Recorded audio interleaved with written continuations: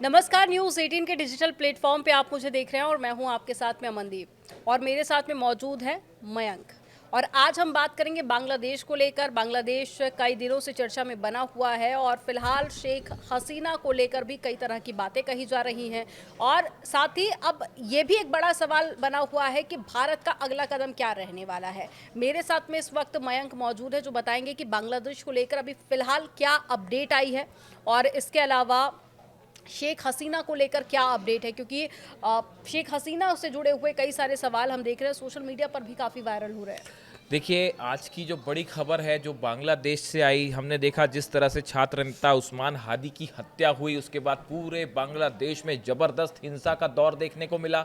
सरकार को अल्टीमेटम दे दिया गया कि 24 घंटे में बताइए कि कौन किसने हत्या की उस्मान हादी की, वरना जो है सत्ता पलट कर दिया जाएगा। इस तरह की तमाम बातें देखने को सामने आई। उसके बाद अब बड़ी खबर वहाँ से आ रही है कि बांग्लादेश में एक और नेता के सिर में गोली मार दी गई है। और देखिए, नेशनल सिटीजन पार्टी के नेता हैं ये मोतालेब सिकदर, मुस्लिम नेता हैं। मोतालेब सिकदर ये अपने घर के पास जो है एक इलाके में मौजूद थे। वहाँ पे कुछ लोग आए, इनको अपने पास से, जैसा कि कुछ चश्मदीद बता रहे हैं कि इनको अपने साथ थोड़ी दूर पर ले गए और फिर 4-5 लोग थे जिन्होंने इन्हें गोली मार दी। इनके सिर पर गोली लगी। उसके बाद वहाँ पे अफरा तफरी का माहौल था। इनको उठा के अस्पताल ले जाया गया, जहाँ एडमिट कराया गया है, आईसीयू में एडमिट है, जहाँ इनकी हालत बेहद गंभीर बताई जा रही है। यानी हादी के बाद एक और नेता को टारगेट किया गया है बांग्लादेश में, जिसके बाद ये अंदेशा लगाया जा रहा है, ये आशंका जताई जा रही है कि बांग्लादेश में हालात और खराब हो सकते हैं और बिगड़ सकते हैं। हमने देखा कि उस्मान हादी की जिस तरह से हत्या हुई, हॉस्पिटल में 7 दिन रहे वो, उसके बाद फिर जो है हिंसा का दौर शुरू हुआ। लगातार हिंदुओं को भी निशाना बनाया गया। एक हिंदू लड़के को जो है वो पेड़ से बांधकर जला दिया गया। एक 7 साल की बच्ची जो घर में थी, घर को आग लगा दी गई। इस तरह से हिंसा का हमने बड़ा दौर देखा। अब उसके बाद जो खबरें आई जिस तरह से कि उस्मान हादी का जो हत्यारा है, हत्यारे को लेकर दावे किए गए। जो बांग्लादेश की पुलिस का दावा है कि फैजल करीम मसूद, ये नाम बताया जा रहा है उस शख्स का जिसने हादी की हत्या करवाई या हादी की हत्या में शामिल था। दावे हुए कि ये बांग्लादेश छोड़ के भाग चुका है, लेकिन अब बांग्लादेश पुलिस ने ये कहा है कि नहीं, ये बांग्लादेश में ही है, अपनी लोकेशन बदल रहा है और हम इसकी तलाश कर रहे हैं। ये वहाँ का लेटेस्ट अपडेट है। और इसी बीच जो है सड़कों पर प्रदर्शन अब भी जारी है। कई जगहों पर हिंसा की खबरें अब भी आ रही हैं। ये अपडेट हुआ बांग्लादेश का।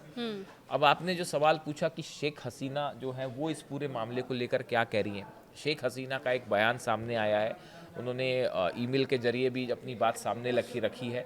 और शेख हसीना का ये दावा है, उनका ये कहना है कि उनके सत्ता से हटने के बाद बांग्लादेश में जो हालात बिगड़े हैं, वो शेख हसीना जब वहाँ से हटी उसके बाद से हालात बिगड़े हैं। और जो मोहम्मद यूनिस की सरकार है, ये हालात पर नियंत्रण नहीं रख पा रही है और वहाँ पे कुछ एक गृह युद्ध जैसी स्थिति है। और उन्होंने इस बात से अपील की, उन्होंने अपनी पार्टी के कार्यकर्ताओं से अपील की, आवामी लीग से, कि किसी भी कीमत पर बांग्लादेश में जो हिंसाएं हो रही हैं उसको रोकने में मदद करिए। वहाँ हिंदुओं पर जो अत्याचार हुए, हिंदुओं को जो निशाना बनाया गया, उन पर होने वाले हमलों को रोका जाए। ये आपके दूसरे सवाल का जवाब कि शेख हसीना का इस पर पूरा क्या रुख रहा। तीसरी बड़ी बात जो आपने कही कि अब भारत क्या करेगा, ये देखिए बड़ा सवाल है।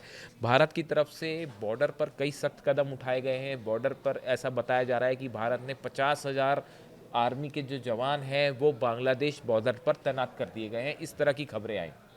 और ये बताया जा रहा है कि बॉर्डर पर सख्त पेट्रोलिंग कर दी गई है और इस का खास ख्याल रखा जा रहा है कि बॉर्डर पार करके बांग्लादेश से कोई यहाँ आने की कोशिश ना करे, खासकर वहाँ पे जो हालात हैं उसके चलते। तो बॉर्डर पर भारतीय सेना जमा है।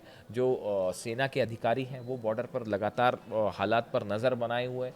इसी दौरान भारत ने जो है वो बांग्लादेश के उच्चायुक्त से भी बात की है और उनको भी हालात का अपडेट लिया है पूरा वहाँ पे क्या है। और ये अपील की गई है कि वहाँ पे हिंदुओं को जो निशाना बनाया जा रहा है इस पर फौरन रोक लगनी चाहिए।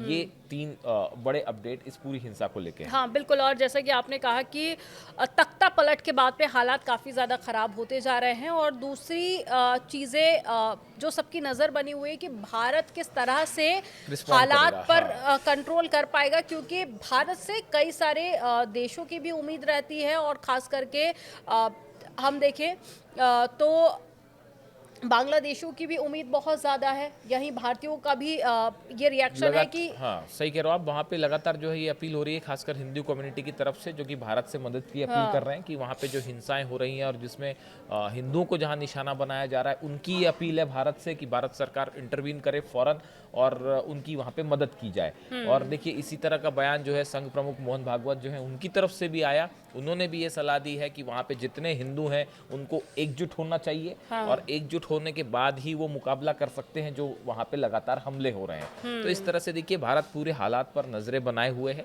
कि किस तरह से वहाँ पे क्या क्या डेवलपमेंट होते हैं। इसको लेकर अगले 1-2 दिन वेट करना होगा कि वहाँ पे हालात कैसे होते हैं, आगे क्या वहाँ हिंसा का दौर जारी रहता है, यूनुस सरकार की तरफ से जो है वो क्या उस पर कदम उठाए जाते हैं और क्या वहाँ पे जिस तरह से टारगेट किया गया माइनॉरिटीज़ को, क्या उस तरह के हमले जारी रहते हैं। हाँ। इस पर नज़र बनी रहेगी। ठीक है, बिल्कुल। अगर कोई अपडेट आता है तो सबसे पहले न्यूज़ 18 आपको बताएगा।